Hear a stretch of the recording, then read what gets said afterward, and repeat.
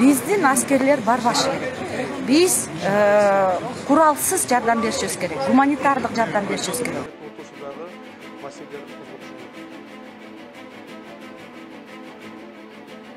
Анда биз сиздерди жабык өткізгөнгө суранабыз. Эгерде биз жоокерлерди жөнөтсөк, Казакстан ошол чегарларын ачат деген кепилдик барбы? Бул экинчи суроо. Кыргыз казак бир тууган. Кыргыз казак бир тууган. Кыргыз казак бир тууган. Кыргыз казак бир тууган. Кыргыз казак бир тууган. Баягы адам укугун коргоо жаатында, мамлекеттик бүтүндүк жаатында өзүбүздүн аларда 30 жыл эсирди. Аларды да диктатура майынан келип чыгып атат.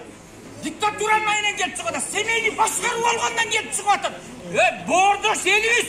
Мен 30 жыл болдум, мигрант болуп, Казактын жеринен келип кетип атам. Өтүп атам ошол жерден, боордош элденчи. Эртең да өтөбүз ошол жолдон. Депутаттардын башы оорубайт. Булар кагыштырып коет. 30 жылдан сенин балаң эмне болот? Сенин атаң эшек болгон. Мына бизге ок аткан деп айтат. Андан көрөкчө наның да бар. Эгер сен кече бир казак таш менен урса, сен аш менен ур, аш менен ур. Биздин аскерлер барбашы керек.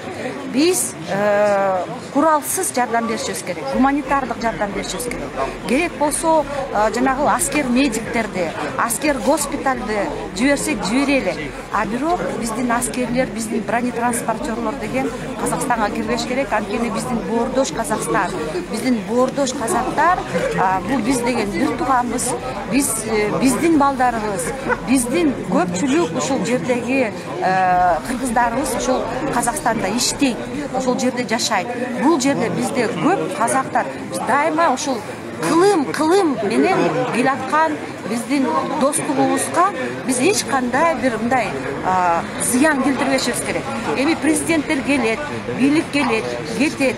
А биздин достошубуз кылым менен келаткан достошубуз, биздин ушундай бирибиздин ынтымагыбыз эч качан бузулбашы керек. Sırttan agresiya gelgende oturmakta unçukkan emez.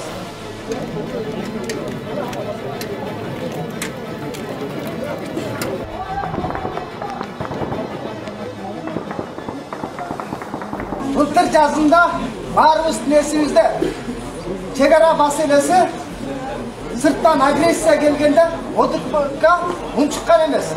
Mına oşondayda Kırgızstan'da büyülegen cemaatlik uyumdun hareketi bolmagandan keyin эмнеге ушундай жагдайда биз Казак-Кыргыздын ортосундагы чыккынчылыкка барышыбыз керек. Токаев жамааттык коопсуздук кызматынын жардамын сураганы бул казак элине болгон чыккынчылык болду. Ал эми Кыргыз бийлиги Садыр Жапаровдун чыккынчылык кадамы кечээ бул жерде отургандарды популист атаганы. Алдын популисттиги ал Россияга жагынуу, Россияга кошомат кылуу аракети.